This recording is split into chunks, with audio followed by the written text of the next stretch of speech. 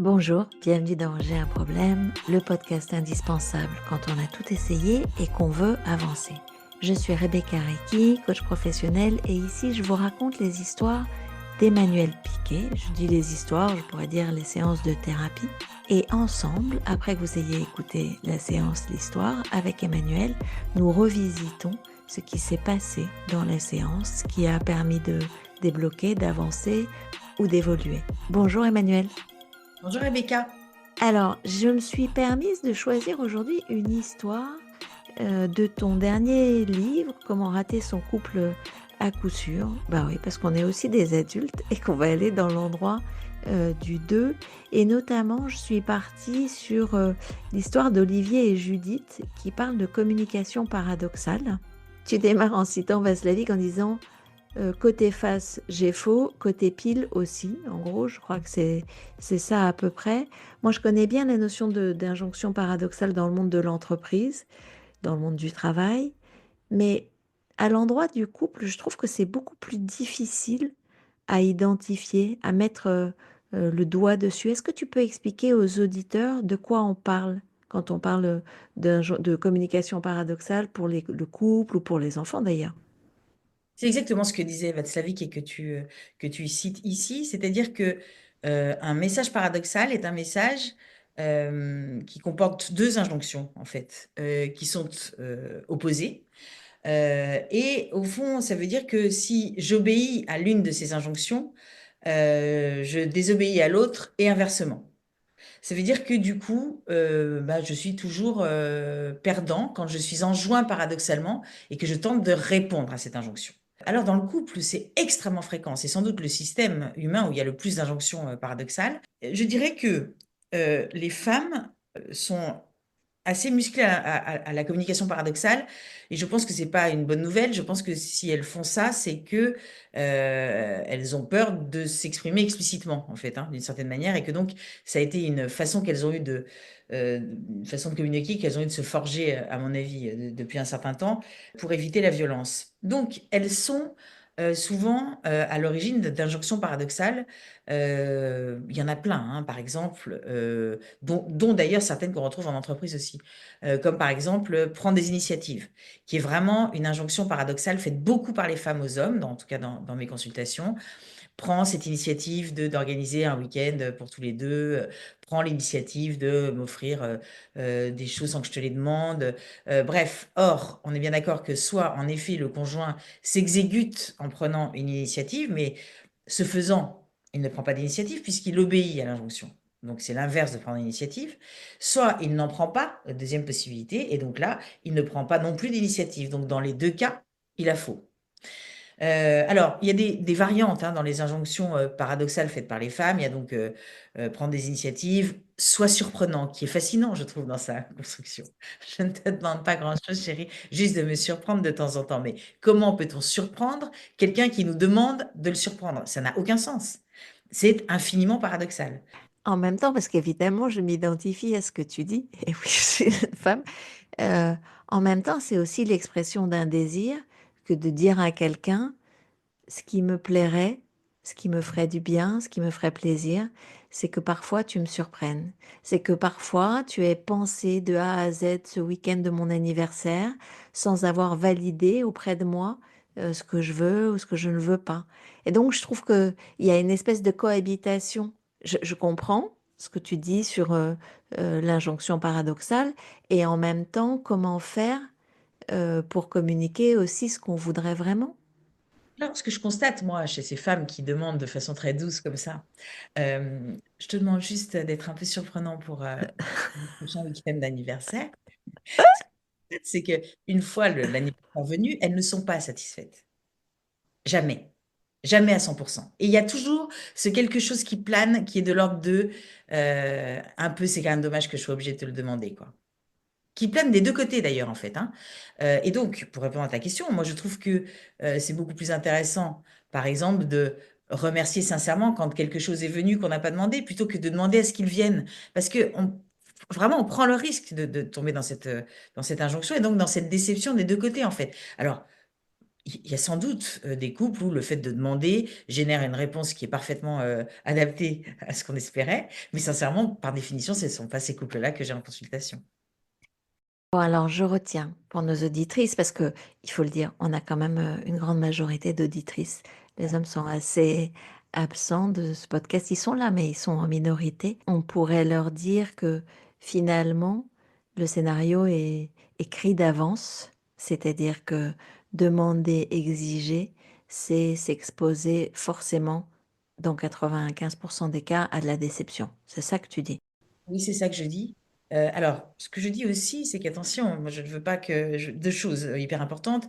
Je pense que du coup, on est bien d'accord que à un moment donné, la conclusion à laquelle peut arriver le conjoint en juin, paradoxalement, c'est de toute façon, quoi que je fasse, ça ne va jamais. C'est ce qu'on entend beaucoup, hein, beaucoup dans la bouche d'un certain nombre d'hommes, mais qui est bien pratique aussi, hein. On est bien d'accord, hein. C'est-à-dire que c'est extrêmement facile, en effet, de dire non, mais de toute façon, moi, je fais rien parce que de toute façon, tu n'es jamais content. Donc, il faut pas non plus que ce soit un outil dont se servent les hommes pour ne plus rien proposer, hein. C'est pour ça que voilà, je vais être très claire là-dessus. Par C'est- ailleurs, les hommes enjoignent de façon paradoxale aussi très fortement sur d'autres sujets. L'injonction paradoxale majoritaire chez les hommes vis-à-vis des femmes, évidemment, je caricature, enfin, je veux dire, ce sont des statistiques, hein, c'est euh, aie du désir pour moi, qui est Mhm. infiniment paradoxal. Qui en plus se transforme en une injonction paradoxale à l'intérieur, souvent des femmes qui se disent elles-mêmes aie du désir pour ton mari, ce qui est vraiment paradoxal parce que c'est quelque chose auquel on ne peut pas répondre positivement, parce qu'on ne peut pas décider d'avoir du désir. Or, donc ça plonge à la fois dans une espèce de confusion, à la fois dans une impuissance et une culpabilité très forte, parce que, au fond, encore une fois, on confond, et c'est quand même très souvent le cas, hein, on confond vraiment ce qui est de l'ordre du cérébral, du rationnel, et ce qui est de l'ordre du corps et de l'intime, quoi. Et donc, je trouve que vraiment, c'est un lieu où il y a énormément, énormément de communication paradoxale, le coup. Et en même temps, je me disais là en entendant ce que tu disais sur la question de et du désir pour moi, je me demandais si c'était pas le meilleur moyen pour commencer à s'interroger sur l'absence de désir, d'avoir une demande, même si elle est paradoxale et qu'elle va rien apporter, elle peut permettre à minima aux uns ou aux autres qui souffrent de quelque chose de se questionner sur ce qui se joue pour eux, non? Bien sûr, moi je ne dis pas qu'il ne faut pas parler du désir dans le couple, hein, c'est pas ça que je dis. Je dis simplement que exiger de l'autre qu'il ait du désir pour nous est non seulement vain, mais extrêmement aggravant en fait dans justement cette mécanique du désir qui s'étiole. D'ailleurs, c'est ce que tu dis pour Olivier au démarrage. Tu dis qu'il est tétanisé, qu'il est dans une forme de colère, d'embarras, de tétanie.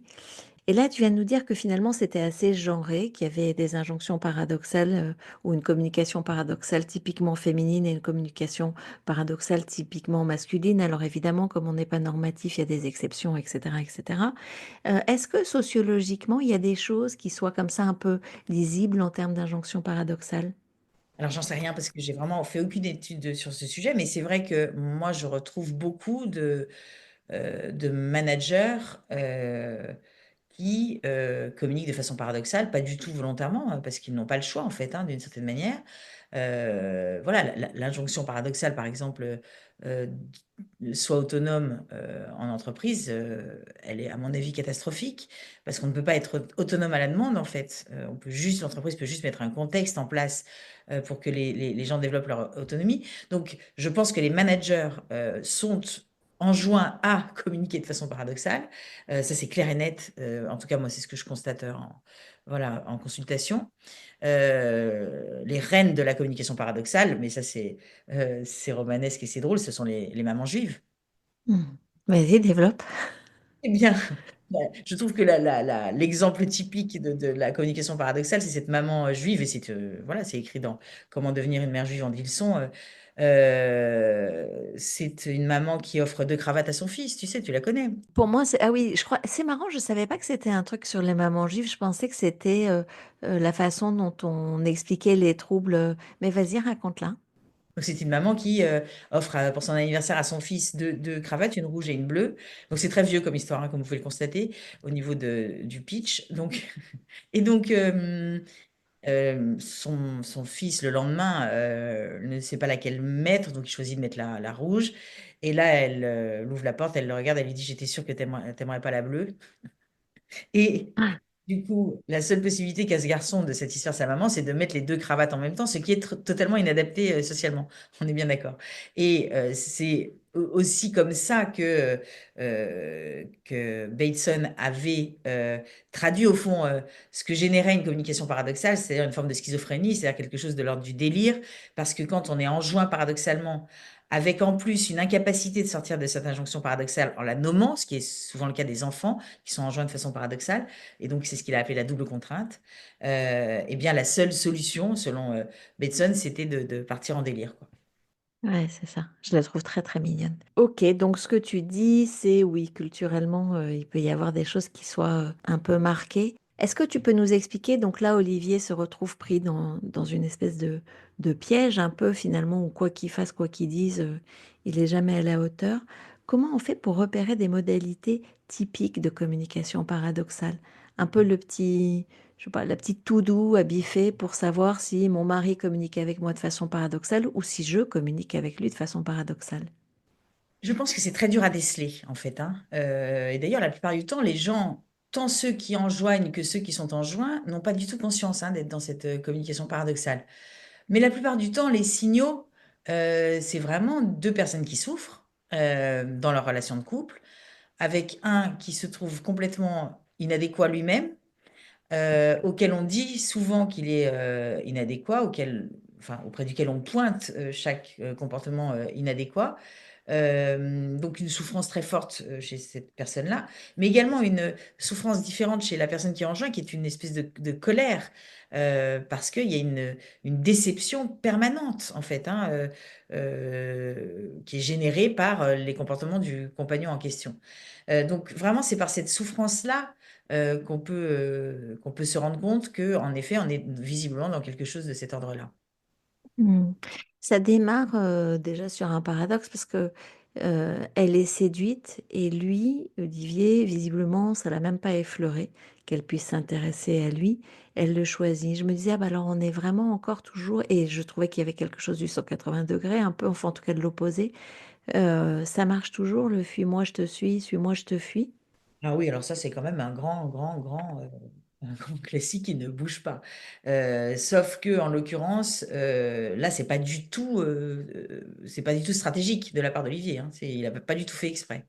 Mais comment on va faire, puisque ce livre est autour du couple et cette histoire aussi, pour construire une relation saine, équilibrée, quand, comme Olivier, on pense, ou comme lui le pense, qu'elle aurait pu trouver quelqu'un de bien mieux. C'est-à-dire qu'il démarre dans quelque chose de totalement asymétrique, en fait. Absolument.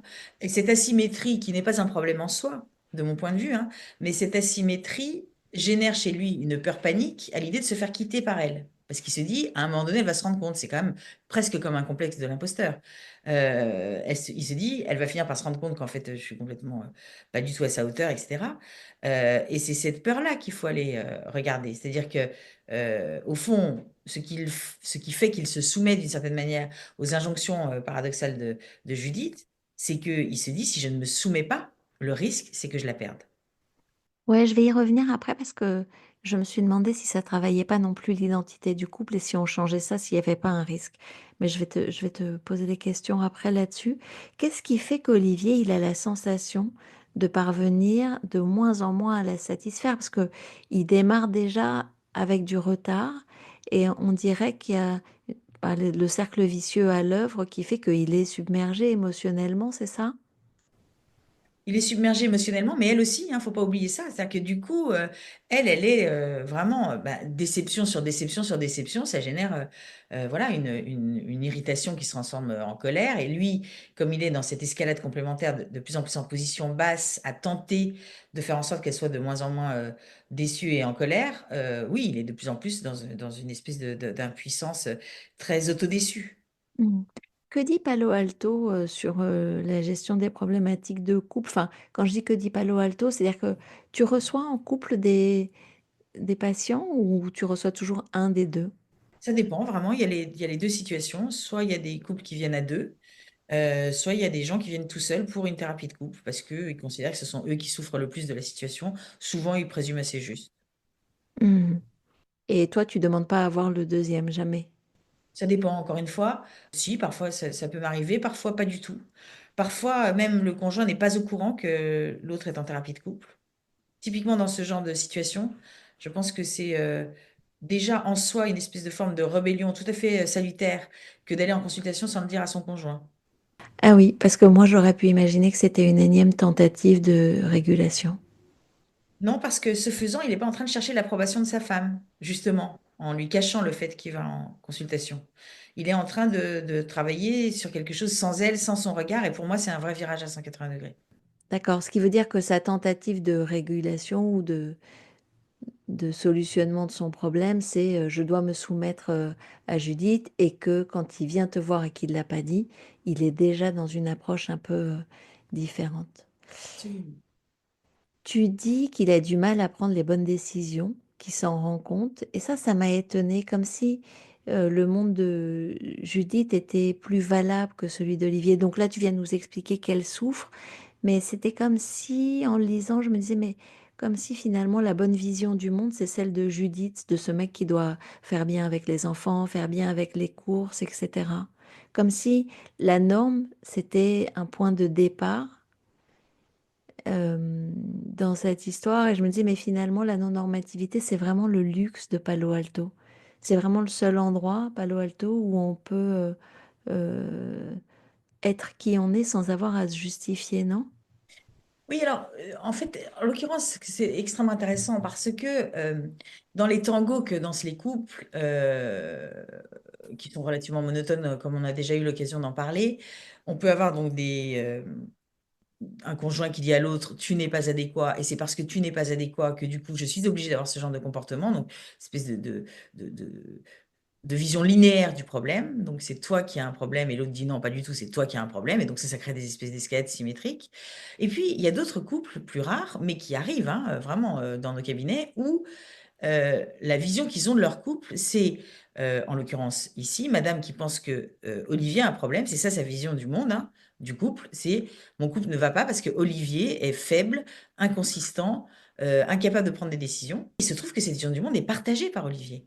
C'est-à-dire qu'Olivier, il est d'accord pour dire qu'en effet, il est mou, inconsistant et qui prend pas de décision. Et au fond, l'idée, c'est pas de savoir si c'est vrai ou pas vrai, et moi je pense que c'est plutôt pas vrai, mais au fond, peu importe, ce qui compte, c'est que c'est aujourd'hui quelque chose qui fait fonctionner, alors on peut dire dysfonctionner, mais crée un équilibre, on peut dire insatisfaisant, mais un équilibre quand même au sein de ce couple, comme tu l'as parfaitement analysé. Et donc, moi, cette vision du monde, c'est pas tellement le terrain où je vais aller m'engouffrer, quoi. Je vais pas tenter de trop dire, mais non, mais vous êtes super, vraiment, elle est quand même super dure, elle est hyper jugeante. Je vais pas dire ça, hein, en fait.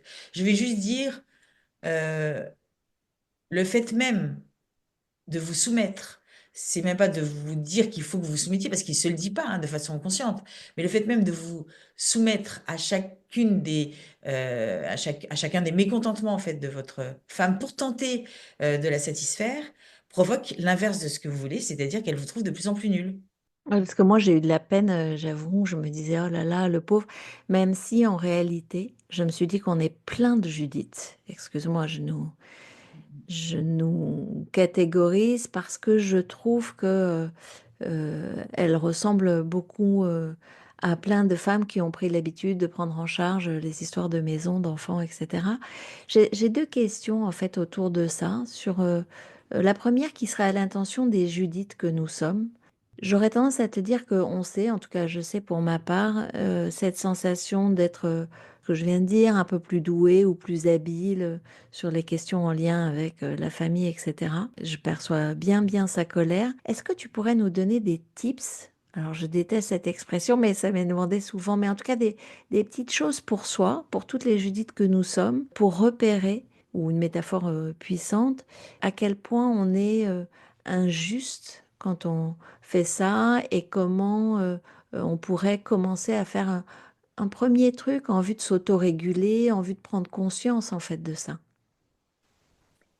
Oui, mais moi, je crois pas trop à la prise de conscience. C'est ça qui est embêtant parce qu'en fait, du coup. Non, mais parce que ce que tu dis est parfaitement juste. C'est-à-dire que on est toutes plein de Judith, voilà, beaucoup plus sur ce fameux continuum, mais quand même, il y a quelque chose de cet ordre-là, pour les raisons qu'on a vues. Je pense que c'est parfois, je le redis, très confortable pour les hommes de nous traiter de Judith aussi, hein, donc voilà, je ne veux pas du tout caricaturer.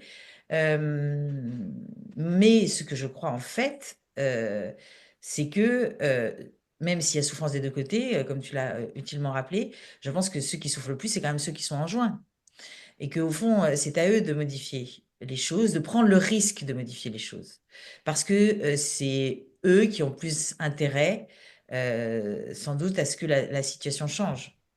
C'est marrant parce que j'ai un doute, je comprends ce que tu dis, mais j'ai un doute parce que je vois toutes ces femmes et je pense à une récemment qui racontait en coaching à quel point elle demandait à son mari de donner les étrennes à la gardienne tous les jours, qu'elle baissait les yeux quand elle croisait la gardienne parce qu'elle savait que rien n'avait été fait et comme ça la faisait elle souffrir et comme elle visualisait à quel point son mari, au contraire, il se chargeait pas mentalement de choses à faire qu'il n'avait pas envie de faire. Et donc, quand je t'entends dire c'est Olivier qui souffre, bon voilà, je me dis que ça souffre probablement à parts égales, puisque c'est des visions du monde qui sont non satisfaites. Oui, alors, pardon, mais je pense que donc ce qui serait intéressant, c'est que cette jeune femme, quand elle passe devant la concierge, elle baisse pas les yeux, elle dise, je suis vraiment navrée, mais vous savez comment sont les hommes.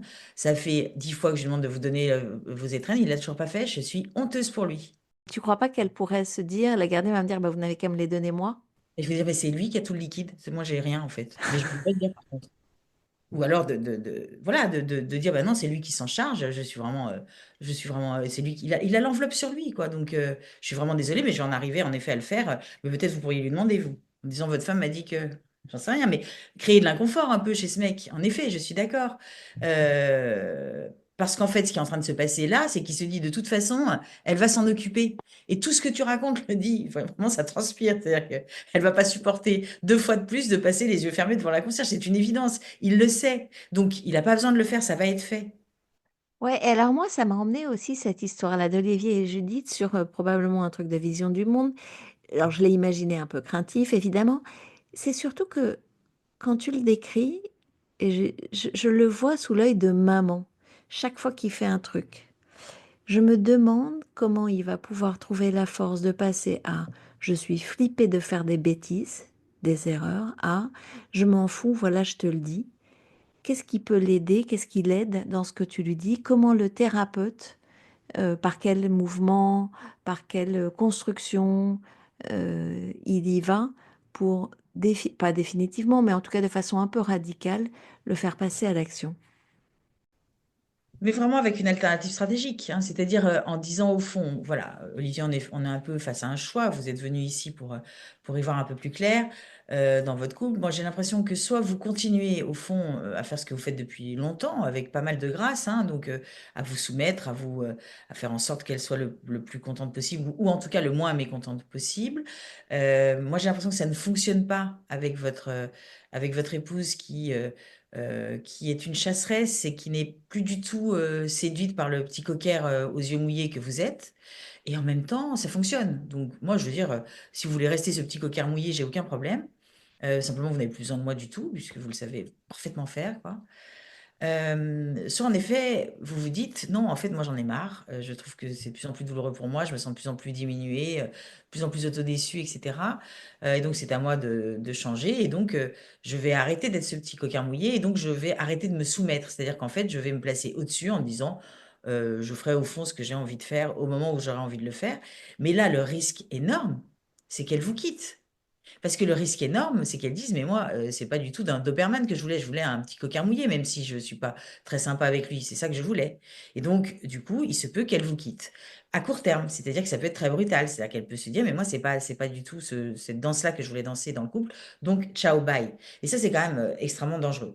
J'ajoute que dans la première branche de l'alternative, il y a de fortes chances qu'à un moment donné, elle vous quitte, mais sans doute beaucoup plus tard. Et donc, moi, je comprendrais que vous préfériez rester un coquin mouillé. Un coquin aux yeux mouillés, pardon. Ok, merci. Alors, je me suis demandé aussi, donc là, c'est très probant ce que tu dis, mais je me demandais quel était le risque qu'en fait, cette façon de fonctionner à deux dans le couple, qui est donc assez commune, ce soit leur mode relationnel à eux.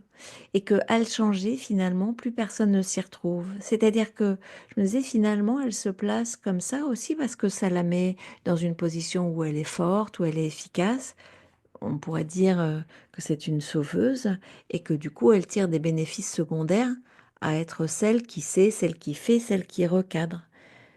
Est-ce qu'il n'y a pas un risque que, en changeant la donne du truc qui fonctionne comme ça visiblement depuis le début, puisqu'il dit elle l'a choisi, etc., tout se pète la figure dans leur couple et qu'il n'en reste plus rien en fait. Mais tout à fait, mais c'est-à-dire que à chaque thérapie de couple, la métaphore que j'utilise est la suivante, c'est-à-dire vous êtes en train de danser un tango, voilà, depuis extrêmement longtemps ou depuis peu longtemps, peu importe, qui commence à vous faire mal à tous les deux en fait, hein, puisque vous marchez beaucoup sur les pieds. J'ai l'impression que c'est une danse un peu chaotique, voilà. Et donc en fait, peut-être que en effet, il faudrait changer ses pas de danse. Peut-être que c'est pas le tango en fait qui vous convient, c'est plutôt une valse ou un rock, enfin j'en sais rien, peu importe. Mais le problème, c'est que en s'arrêtant de danser pour entamer une autre danse, peut-être que la danse va s'arrêter tout court. Et donc peut-être qu'il vaut mieux une danse où on se marche sur les pieds, où on se fait du mal, que pas de danse du tout, parce que moi, je ne sais pas vous garantir qu'en changeant de pas, la danse ne va pas s'arrêter définitivement. Donc ça, on est d'accord. Tu le poses comme une forme d'analyse de risque au démarrage en disant, voilà, si j'ai bien compris, vous avez envie de changer de pas de danse, mais vous savez, donc je dis pas en ayant conscience, puisque tu m'as dit que pour toi la prise de conscience n'existait pas, en tout cas que c'est pas ça qui faisait avancer, mais en ayant présent à l'esprit que peut-être ce changement de mouvement, c'est celui qui fera qu'elle partira. Mais moi, je suis encore plus directe que ça. C'est-à-dire que moi, dans mon cadre, quand je fais une thérapie de couple, parce que voilà, je trouve que c'est hyper important de le dire, je dis, voilà, moi, les couples qui viennent me voir en thérapie, pour la grande majorité d'entre eux, se séparent à la fin de la thérapie. Donc, je pense que c'est vraiment hyper important que vous sachiez que moi, je ne sais pas faire raccommoder des couples. En fait, c'est pas ça mon objectif. Parce que je pense qu'à certains moments, et peut-être on arrivera à cette conclusion ensemble, le fait de se séparer est sans doute le moins douloureux. Et ça, c'est hyper important parce qu'il y a au moins une partie du couple, ou un protagoniste du couple, qui vient souvent en séance avec cet objectif, en fait, de faire en sorte que le couple dure. Et moi, je veux pas m'engager là-dedans parce que, comme tu dis, voilà, si on change des choses, ces choses peuvent être changées de telle façon que la danse s'arrête. C'est marrant, c'était exactement ma vision du monde, mais voilà, par des échanges par ailleurs et un regard posé sur la thérapie de couple comme étant l'endroit, toi tu dis, il y en a un des deux qui veut que ça se raccommode, et pour moi, il y en a souvent un des deux qui veut venir trouver ici l'autorisation que ça s'arrête. Et pour moi, mais donc peut-être que je me trompe, mais tu viens de le confirmer, très souvent, après la thérapie de couple, chacun reprend ses billes et on s'arrête là, quoi. Oui, je pense que c'est vraiment parce que, en effet, l'objectif de la thérapie de couple, c'est d'y voir plus clair, tout simplement, et de voir un peu comment on continue ou pas à danser ensemble. Ok. En fait, presque ce que tu lui demandes, c'est dans le fond d'évaluer si la souffrance qu'il a là, elle est moins grande que celle de se faire quitter et donc de faire son choix en connaissance de cause. Exactement, hein, je vais choisir entre deux douleurs, hein, clairement. Mhm. Sachant que la douleur d'être quitté, il l'a jamais envisagée comme d'habitude, comme avec le pain chien. Ok. Comment tu t'assures là qu'il souffre vraiment en tant que thérapeute? C'est quoi les questions que tu lui poses pour aller vérifier sa souffrance dans le cadre de ce qu'il raconte? Ouais, moi, à chaque fois que je fais raconter une séquence en fait à mes patients, vraiment, je termine souvent le questionnement en disant, et qu'est-ce que vous ressentez à ce moment-là? Avec quelle intensité? C'est quoi les émotions qui vous submergent? Qu'est-ce que vous vous dites? Donc, c'est comme ça en fait que je mesure le degré de souffrance. C'est dans ce qu'ils m'en disent au moment où ils racontent l'incarnation de ce qu'ils vivent. D'accord. Il te parle après de son hypothèse qui pourrait expliquer que sa femme n'ait plus envie de relation sexuelle avec elle. Il a lu que quand elles sont en colère, les femmes, bah, elles ont moins envie. Et ça le fait souffrir. Du coup, il recommence à caler son pas à lui sur le sien à elle pour obtenir les faveurs, enfin je te dis les faveurs, en quel mot désuet, mais pour réamorcer une vie sexuelle On voit pas, moi j'ai pas vu du coup comment t'arrivais à purger sa tristesse à lui. Il te parle de la colère à elle, de sa colère à elle.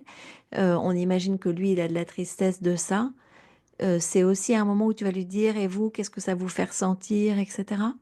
Oui, c'est-à-dire que moi, je dirais que les deux émotions les plus fortes chez lui, c'est quand même la peur, comme on le disait juste avant, hein, la peur d'être quitté, et une très forte autodéception, c'est-à-dire qu'il se trouve nul en fait.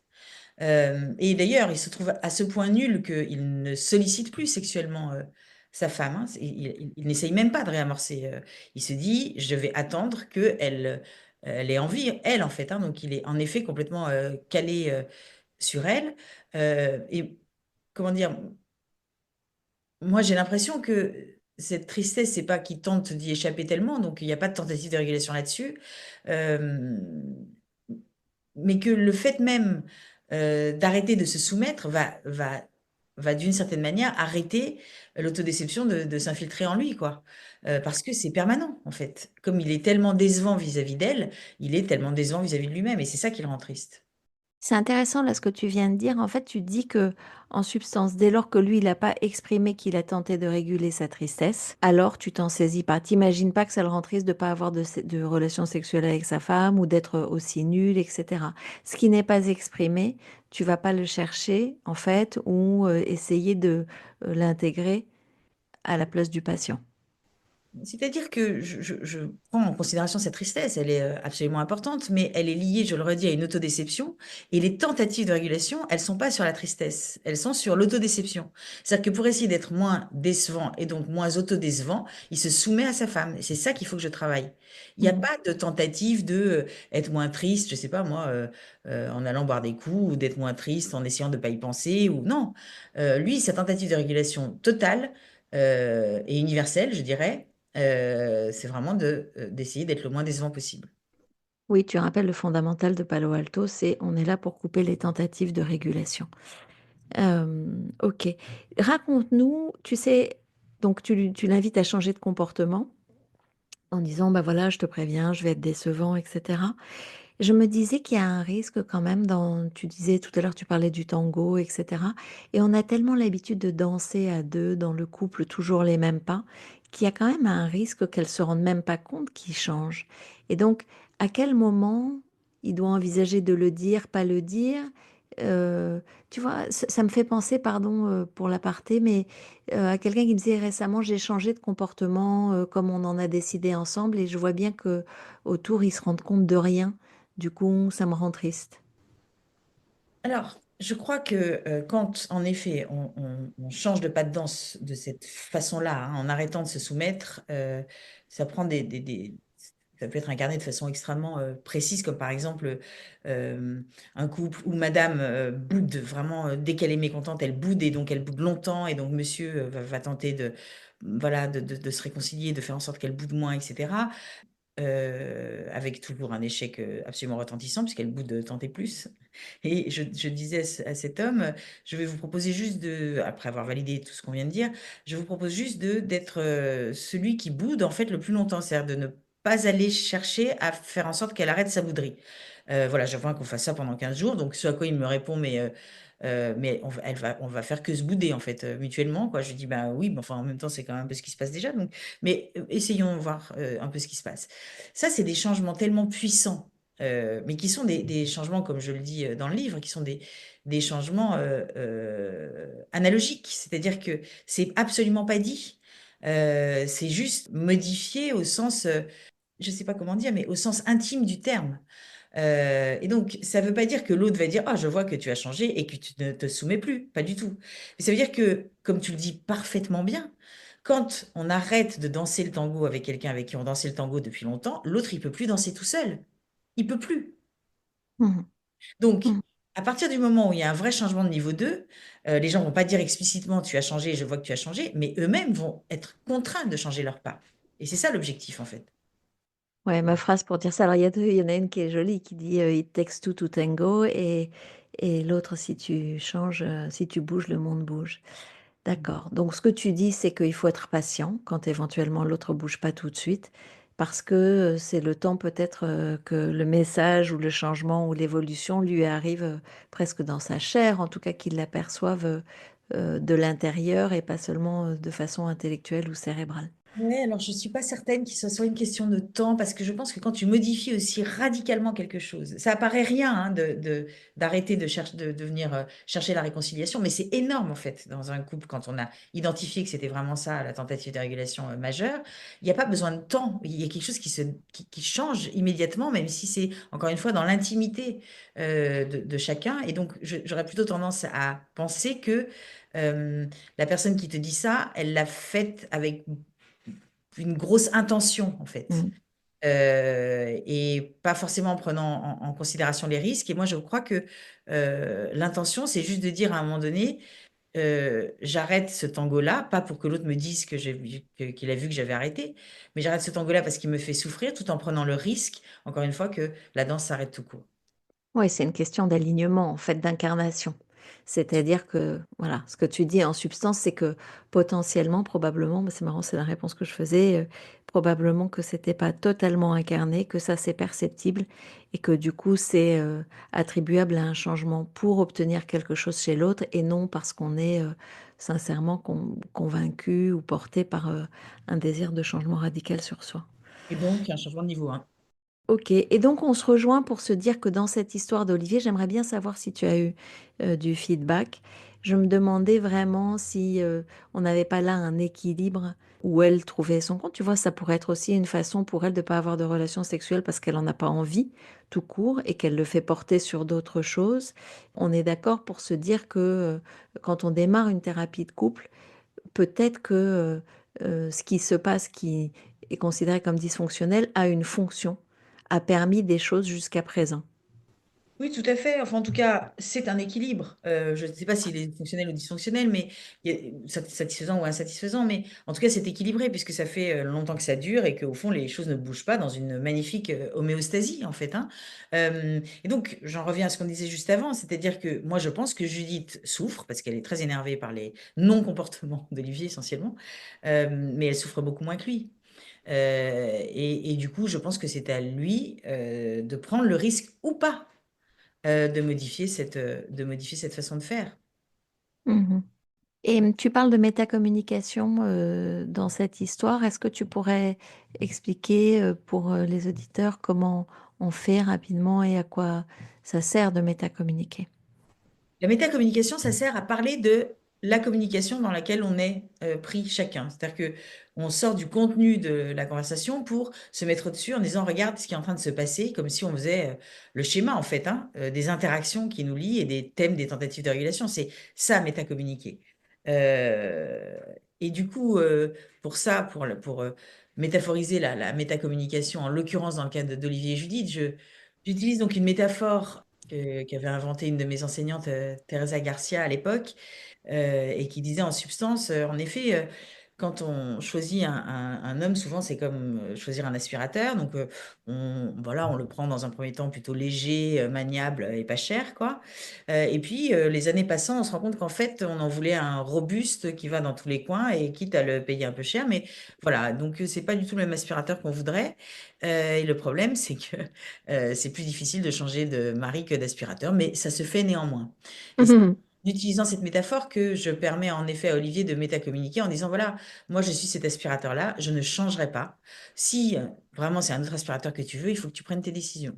Mais en tout cas, moi, je n'essaierai pas de devenir cet aspirateur que je ne serai jamais. Et je conclue en disant que si jamais il est capable de métacommuniquer de cette façon-là, ça veut dire qu'il sera vraisemblablement devenu plutôt un aspirateur à qui, en fait, on ne donne pas beaucoup d'ordre. Merci pour la métaphore, Emmanuel. Est-ce qu'il y a quelque chose qu'on n'a pas abordé dans cette histoire utile pour un couple? Sans doute plein, mais en tout cas, on a déjà abordé quand même pas mal de choses. Bon, OK, on y reviendra. Merci et à bientôt dans le prochain numéro. À bientôt!